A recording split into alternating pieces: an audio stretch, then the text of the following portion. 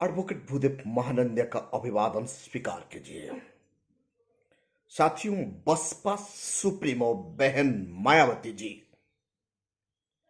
भारत सरकार का economic policy से बरसी है और गरजने लगी है। बहन मायावती जी उनका ट्विटर हैंडल में भारत सरकार का इकोनॉमिक पॉलिसी को क्रिटिसाइज करते हुए देश का इकोनॉमिक कंडीशन बर्बाद होते हुए वो देख नहीं पा रही है, इसीलिए उन्होंने आज मुखर होकर फ्रंट फुट में आकर बीजेपी सरकार को गरजने लगी है। 2014 से 2022 तक आप लोग को पता है कैसे बीजेपी सरकार का रॉन्ग इकोनॉमिक पॉलिसी के कारण देश में फॉरेन जो मनी करेंसी होता है वो कमजोर हो चुका है। रिजर्व बैंक ऑफ इंडिया कमजोर हो चुका है। देश का लिक्विडिटी खत्म हो रहा है। रेपो रेट फिर बढ़ाया गया है। इसलिए आज देश में बेरोजगारी, भुखमरी और इकोनॉमिक क्राइसिस ज्यादा बढ़ गया है। तमाम नेशनल बैंक एनपीए में डूब गया है। ये एनपीए करने वाले कौन है? धन्ना सेठ। धन्ना सेठ को बचाया जा रहा है और गरीबों को अति गरीब बनाया जा रहा है। यानी भारत में लगभग 130 करोड़ लोग गरीबी की सीमा रेखा का नीचे आ रहे हैं।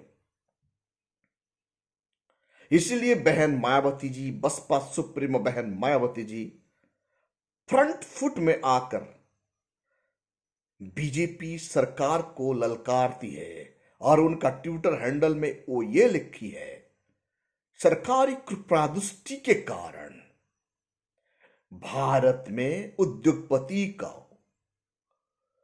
जो निजी पूंजी में अभूतपूर्व वृद्धि हुए है। अब विश्व की धनासट में उनकी गिनती है, परंतु देश में करीब 130 करोड़ गरीब वो निम्न आय परिवार की जीवन में थोड़ा भी सुधार नहीं आया है। यह अति चिंता की बात है। सरकार इस के बारे में थोड़ा सोचना चाहिए और सरकार इस खाई को कैसे पाटेगी। सचमुच भारत बस वर्ल्ड में जब पूंजीपतियों का गिनती होती है भारतवर्ष का नाम आ जाता है, लेकिन दूसरी तरफ 133 करोड़ लोग गरीब हो गए। भुखमरी बढ़ गया है, एनपीए बढ़ गया है, रेपो रेट बढ़ गया है, नौजवान को नौकरी नहीं मिल रहा है। जितनी भी योजना गवर्नमेंट ने बनाए हैं उनमें से 70% योजना आगे बढ़ नहीं पा रहा है। कारण देश का इकोनॉमिक खस्ता हाल हो गया है। गवर्नमेंट जितनी भी पॉलिसी, जितनी भी योजना यहां डिक्लेयर किए हैं उनमें से 60% योजना आज तक शुरू ही नहीं हुआ है। कुछ गिनिए, आप लोगों को पता चलेगा। बुलेट ट्रेन का बात बताया गया, बुलेट ट्रेन नहीं आया। 100 स्मार्ट सिटी के बाद बताया गया, एक भी सिटी स्मार्ट बन नहीं पाया। 5 ट्रिलियन का सपना दिखाया गया, 1 ट्रिलियन का, 5 ट्रिलियन का बात छोड़िए, देश में 1 ट्रिलियन का भी इकोनॉमिक हो नहीं पाया। और ये भी बताया गया देश में डॉलर कमजोर होगा और रुपये बढ़ेगा, लेकिन डॉलर सेंचुरी की तरफ कूच कर रहा है। $1 सेंचुरी का तरफ कूच कर रहा है और रुपये कमजोर, अति कमजोर हो रहा है। यानी देश में हर कोई प्रोजेक्ट फेल है, मेक इन इंडिया फेल है। कुछ गांव को गोद लेने की बात बताया गया, वो गोद लेने वाला गांव अब गोदी में बैठा है या चल रहा है, किसी को पता नहीं चलता है। देश में सिर्फ अंधविश्वास, कुसंस्कार को बढ़ाया गया है। इसीलिए बसपा सुप्रीमो बहन मायावती जी फ्रंट फुट में आ गई है और फ्रंट फुट में आकर वो खेल रही है, बीजेपी को दहाड़ रही है। द मुकनायक पर यह लिखा गया है, बसपा सुप्रीमो बहन मायावती जी आरएसएस को अड़ी हाथ लेते हुए ये बताती है, पीएफआई अगर देश की सुरक्षा के लिए खतरा है तो आरएसएस पर भी बैन क्यों नहीं। ये बात दी मुकनायक में लिखा गया है बहन मायावती जी का बयान को। साथियों, हमारा देश इकोनॉमिक सेक्टर में कमजोर क्यों है? क्योंकि देश का तमाम पीएसयू, तमाम नेशनल बैंक का प्रॉपर्टी को कुछ धन्ना सेठ को दे दिया गया है।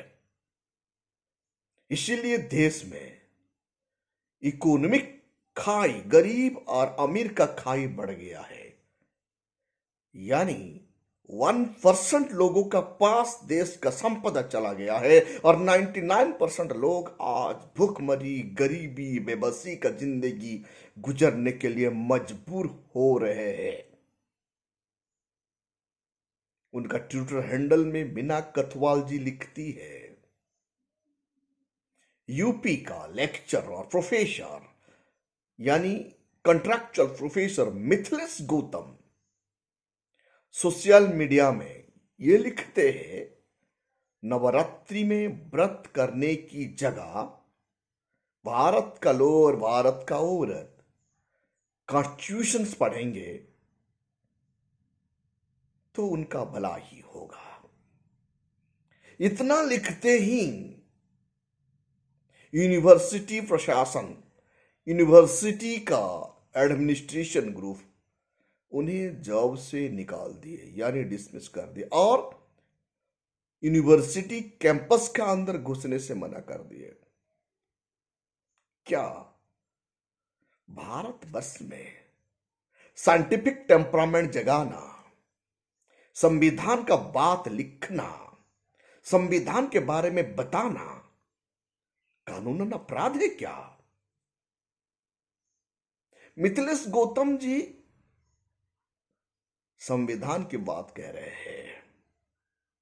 नवरात्रि एक विशेष धर्म की बात है। वो यहां कोई साइंटिफिक दिखाई देता या नहीं देता आप लोग ही समझते हैं। भारत का संविधान का आर्टिकल 51A में फंडामेंटल ड्यूटी लिखा गया है टू डेवलप। 51A का H में बताया जाता है to develop scientific temperament, humanism and the spirit of inequality and to reform it by the thought and the knowledge। Mithilesh Gautam एक लेक्चर है, पढ़े लिखे इंसान है, इसीलिए इन्होंने ये बताया कि भारत का लोगों को और भारत का औरत को नवरात्रि के जो 9 दिन छुट्टी मिलता है, वो 9 दिन में व्रत छोड़कर संविधान पढ़ेंगे तो अधिकार के बारे में समझ पाएंगे। जो देश का सिटीजन संविधान जानता है वो देश की डेमोक्रेसी मजबूत होता है। भारत का ओनली 1% पीपुल ही संविधान को जानते हैं। 99% पीपल, भारत का सिटीजन, संविधान को नहीं जानते। इसीलिए यहां मनमानी होता है, शासन का मनमानी, प्रशासन का मनमानी है। यहां मिथिलेश गौतम जी भारत का संविधान का आर्टिकल 51 ए क्लॉज एच को इंडिकेट करते हुए साइंटिफिक टेम्परामेंट को डेवलप करना, ह्यूमनिज्म को डेवलप करना, स्पिरिट ऑफ इनइक्वालिटी को फिनिश करने की बात कर रहे हैं, फिर उन्हें पनिशमेंट मिल रहा है कि उनका नौकरी उनसे चला गया। मतलब हमारा देश कहां जा रहा है, कौन सा स्थिति में गुजर रहा है, ये आप लोगों ही सोचिए।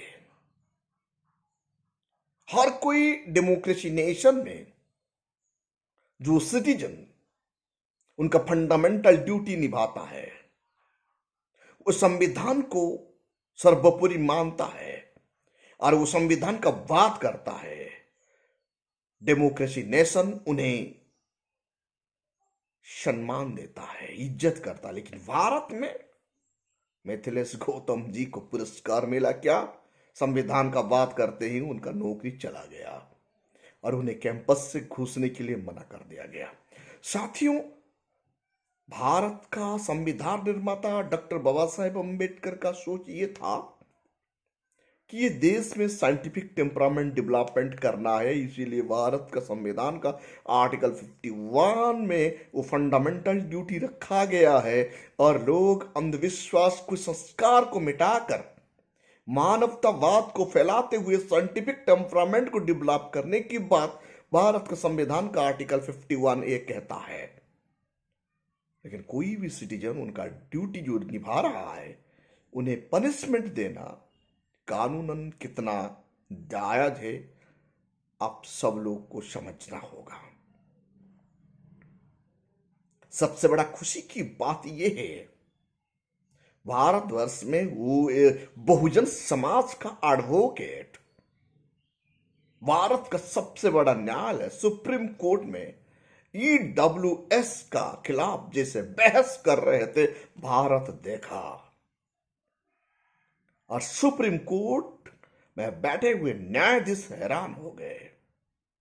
जब मंडल कमीशन का पीरियड था, वहां इक्का दुक्का बहुजन एडवोकेट सुप्रीम कोर्ट में रहा करते थे। आज हम देख रहे थे सुप्रीम कोर्ट में कैसे बहुजन एडवोकेट EWS यानी सुदामा कोटा का खिलाफ बहस कैसे कर रहे थे, भारत देखा। और भारत को ये समझने लगा जे बहुजन समाज कमजोर नहीं है, दिमाग में, बुद्धि में, ज्ञान में।